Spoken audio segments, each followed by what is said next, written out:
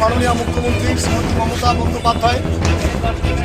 গতকাল তার বাড়িতেই হঠাৎ পড়ে গিয়ে মাথা ফাটে এবং অসুস্থ হয়ে এসএসকেএমে ভর্তি হয়। আমরা বাংলার মাননীয় মুখ্যমন্ত্রী বঙ্গজননীর সুস্থতা কামনার জন্য সুন্দরবন উন্নয়ন পর্ষদ বিষয়ক দপ্তরের যিনি তার একনিষ্ঠ সৈনিক এবং মন্ত্রী বঙ্কিমচন্দ্র হাজরা মহাশয়ের সঙ্গে থেকে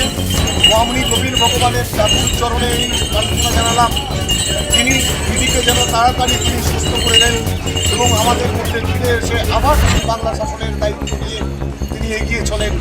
মহামণি কবির ভগবানের কাছে এই প্রার্থনা রাখলাম যে আগামী দিনে যাতে বাংলার মাননীয় মুখ্যমন্ত্রী সুস্থ নিরোগ এবং সুন্দর জীবনযাপন লাভ করতে পারে